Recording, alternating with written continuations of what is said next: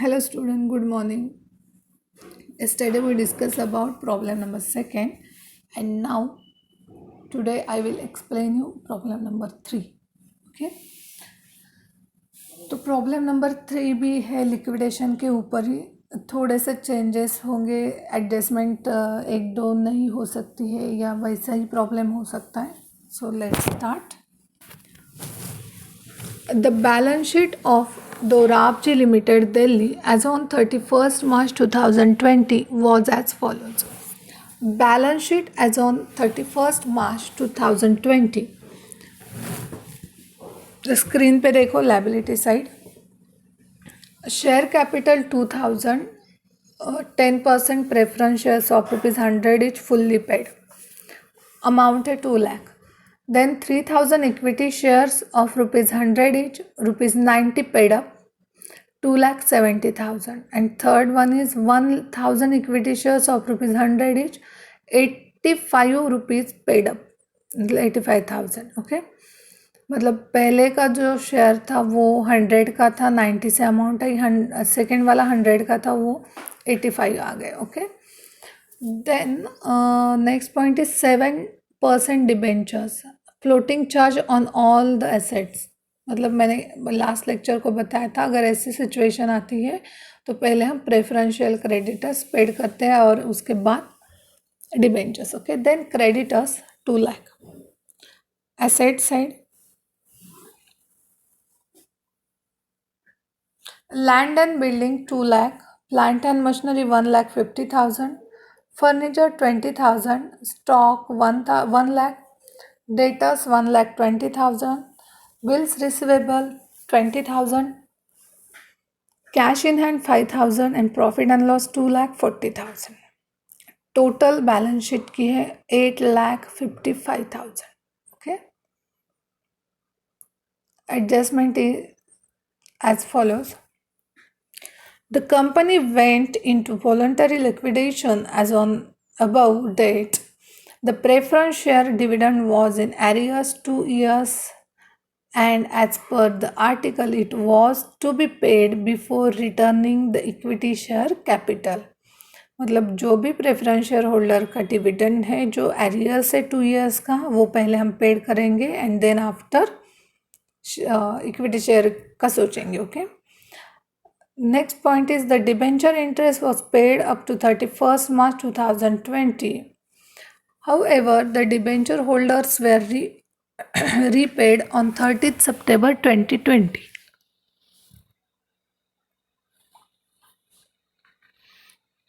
Included in the sundry creditors is a loan of ₹20,000 secured on the hypothecation of plant and machinery and preferential creditors of ₹10,000.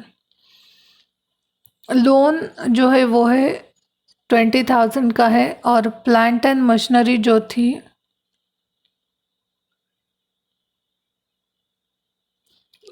included in sundry creditors is a loan 20,000 secured on hypothecation means mortgage, plant and machinery. Okay, mortgage का plant and machinery there. Okay, next is the liquidator realized the assets as follows. First, land and building 1,90,000, plant and machinery 1,30,000, furniture 10,000, stock 90,000, debtors 1,15,000, bills receivable 14,000. Okay, legal charges on liquidation ₹2,000 and liquidation expenses ₹1,300. Okay, legal charges on liquidation means liquidation expenses. Liquidator's remuneration was fixed at 500 plus 2.5% on the amount realized by him and 2% on amount distributed to unsecured creditors. Unsecured creditors include preferential creditors. Okay, and the liquidators made all payments on 30th September 2020. ये हो गया हमारा problem. Okay, अब हम क्या करेंगे, पहले receipt side बनाएंगे, से पहले हम क्या करेंगे, ऊपर हेडिंग देंगे liquidators final statement of account of the winding up of Dorabji limited Delhi in voluntary liquidation. Okay,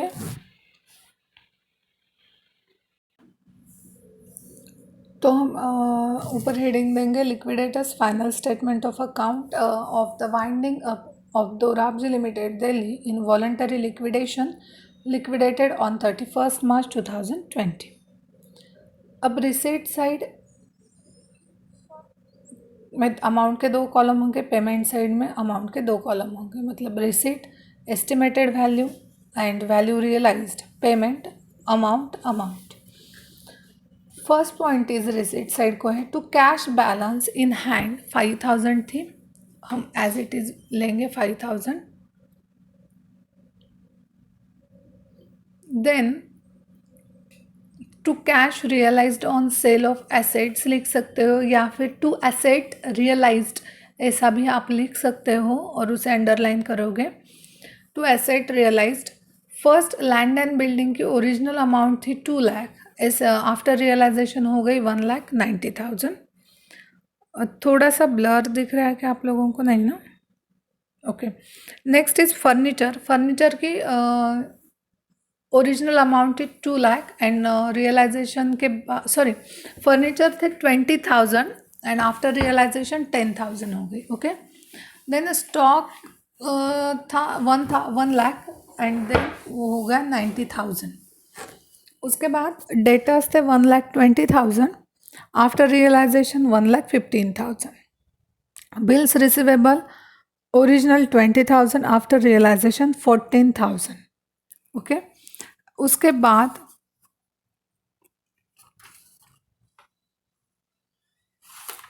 ये हो गया एसेट रियलाइजेशन का। ओके, उसके बाद हम क्या करने वाले हैं, जो हमारे पास लोन था, लोन कितना था? 20,000 का लोन था, और ऑलरेडी जो हमने प्लांट एंड मशीनरी उसको मॉर्गेज दिया था वो कितना था? 1,50,000 का था। ओके, एंड देन आफ्टर क्या हुआ, वो प्लांट एंड मशीनरी जो ओरिजिनल 1,50,000 की थी उसका रियलाइजेशन हो गया 1,30,000 को। ओके, फर्स्ट देखो, जो ओरिजिनल अमाउंट थी प्लांट एंड मशीनरी की वो थी 1,50,000। उसके बाद हमने वो मॉर्गेज मतलब हाइपोथिकेशन मीन्स मॉर्गेज होता है, मॉर्गेज रख दी लोन के लिए, और लोन कितना था? सिर्फ 20,000। ओके, उसके बाद जब हमने प्लांट एंड मशीनरी रियलाइजेशन किया प्लांट एंड मशीनरी का, तो उसकी अमाउंट हमें मिली 1,30,000। मतलब हमारा लोन था 20,000 का और हमने मॉर्गेज रखा था 1,30,000 के अमाउंट का। ओके, तो अब क्या होगा, 1,30,000 एक्सेस अमाउंट थी हमारी मॉर्गेज की, तो बैंक क्या करती है, फिर हमारा जितना लोन है वो माइनस करके जो एक्सेस अमाउंट होती है वो हमें पेड करती है। ओके, तो आप स्क्रीन पे देख सकते हो, यहाँ देखो, surplus from securities plant and machinery 1,30,000। Okay, ये 1,50,000 था। लेस सिक्योर्ड लोन, थोड़ा रफ करते, लेस सिक्योर्ड लोन देख रहे हो आप, 20,000, मतलब हमारे पास 1,10,000 आ गए, हमारे पास 1,10,000 आ गए। ओके, उसके बाद अब हमारे पास और एक रिसीट साइड को अमाउंट मिल सकती है, वो कैसे? इक्विटी शेयर के पैसे जो बाकी है वो हम कॉल करके ले सकते हैं। कॉल फ्रॉम शेयर होल्डर्स और कॉन्ट्रीब्यूटर्स कलेक्टेड ऑन 3,000, जो इक्विटी शेयर थे उसके ऊपर के, मतलब उसके 1.406 अमाउंट बाकी थी, एंड 1,000 के थे उसके 6 रुपीज़ आई थिंक आ सकते हैं। ओके, उसके बाद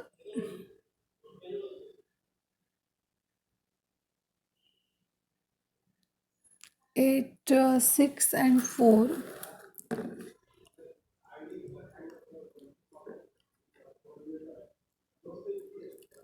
अब कैसे करते हैं देखो, 3000 इक्विटी शेयर्स थे, उसका अब हैविंग पेड अप 90 पर शेयर था। ओके, अब हमें कितनी अमाउंट चाहिए, 10 रुपीज़। ओके, और 1000 के रिलेटेड अगर देखा तो हमें 15 रुपीज़ चाहिए। Okay, but as per the rule वो निकालते हैं कैसे अमाउंट, उसके ऊपर वो पॉइंट में आंसर आ जाता है। ओके, मतलब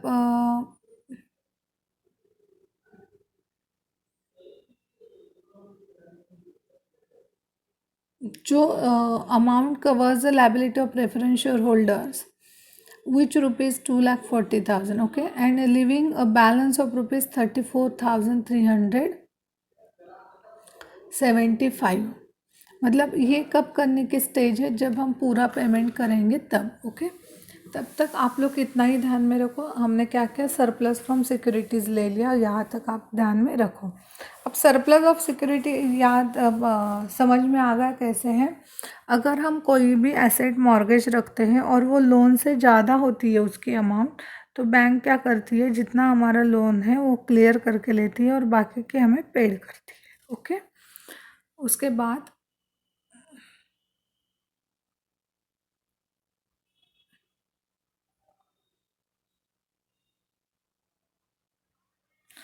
हम देखते हैं पेमेंट साइड। फर्स्ट हम पेमेंट साइड में क्या करेंगे, लीगल चार्जेस कितने थे, legal charges 2000 I think,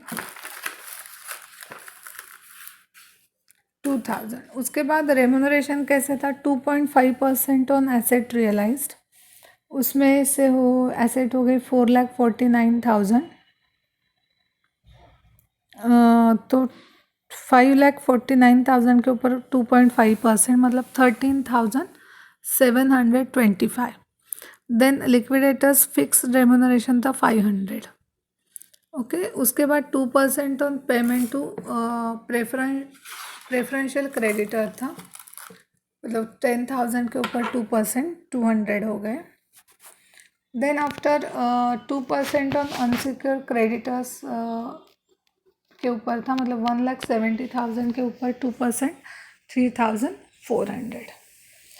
okay, मतलब टोटल जो हमारा रेम्यूनरेशन था वो हो गया 17,825। ओके, उसके बाद कॉस्ट लिक्विडेशन थी 1,300।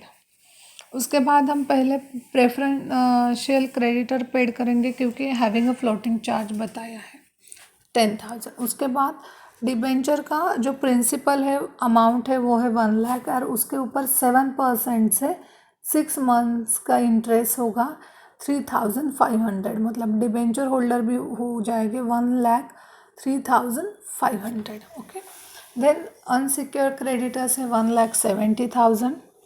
प्रेफरेंस शेयर होल्डर जो है उनका डिविडेंड बाकी था वो हो गया 40,000, एंड प्रेफरेंस शेयर कैपिटल हो गया 2,00,000, मतलब प्रेफरेंशियल क्रेडिटर हो गए 2,40,000। ओके, यहाँ पे कहीं पे भी हमने इक्विटी शेयर होल्डर को पैसे नहीं दिए अभी। ओके, तो हम क्या करेंगे, पहले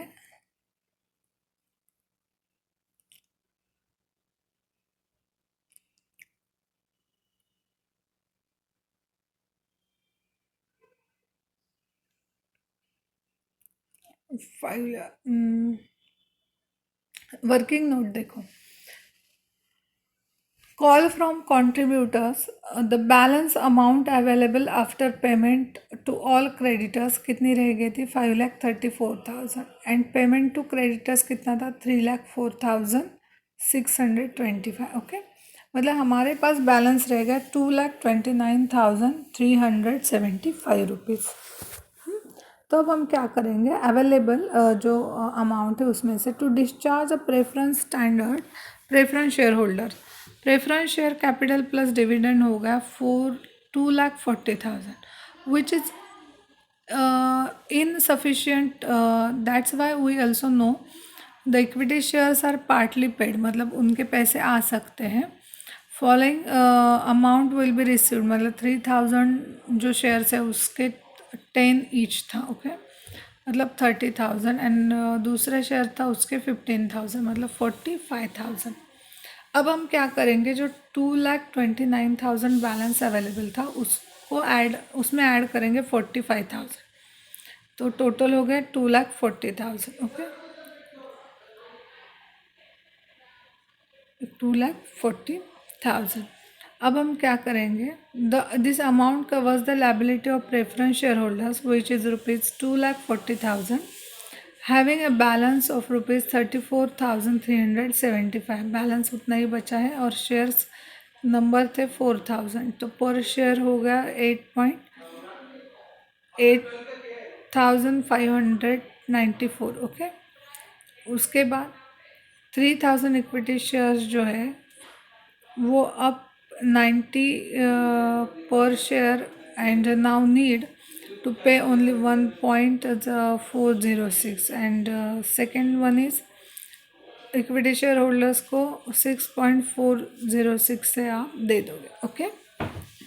ये हो गया प्रॉब्लम नंबर 3। इसमें तो एक ही पॉइंट थोड़ा सा कंफ्यूजिंग था, वो मतलब call from distributors, call from contributors. आप उसकी प्रैक्टिस करो, अगर समझ में नहीं आता है तो मैं फिर से एक बार बताती हूँ, ओके। लेकिन कीप प्रैक्टिसिंग, आपको प्रैक्टिस करना बहुत इम्पोर्टेंट है। इसका और एक प्रॉब्लम लेके हम लिक्विडेशन ख़त्म करते हैं, क्योंकि सेम ही उसका ये आता है, फॉर्मेट आता है, एक दो पॉइंट ही चेंज अगर होते हैं तो मतलब कैसे एडजस्टमेंट में होते हैं, लेकिन उसका इफेक्ट सेम ही आता है। तो आपको सिर्फ इसकी क्या करनी है, प्रैक्टिस करनी ज़रूरी है, ओके। एंड लिक्विडेशन के बाद हम क्या स्टार्ट करेंगे,